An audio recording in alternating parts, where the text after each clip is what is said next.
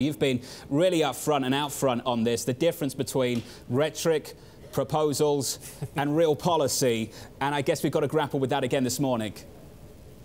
Yeah, to some extent, yes. Our view continues to be, John, there is no trade war here. There's no trade peace either. There's going to continue to be policy uncertainty that leads to market volatility. But what you're looking at here fundamentally is two very specific actions.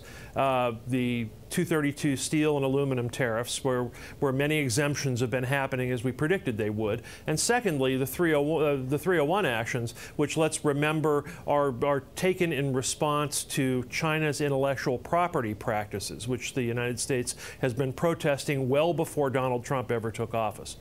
So, you know, here we are with those two things. The broader trade backdrop behind these things, I think, remains very positive. NAFTA is still trending very positive. The Korea-U.S. agreement was concluded successfully. You've got the United States working within the WTO, including on the Chinese issues.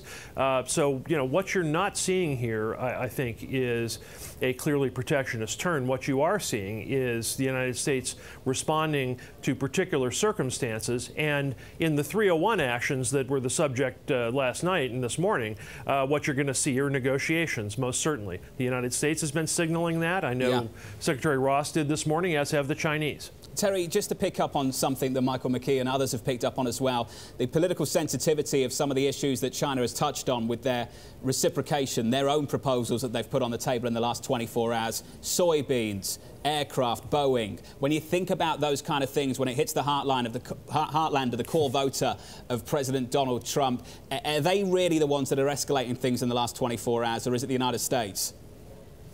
Well, you know, this has been going on for a long time, and you know, this administration would say they're reacting to long-standing Chinese actions. Their view is that the problems really began shortly after China's accession to the WTO 15 years ago.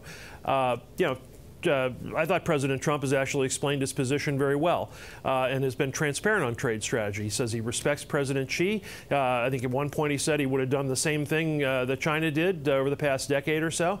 But now the United States wants to put a stop to that and wants to correct some of these flaws. And for China's part, China says they're interested in trying to negotiate on that basis.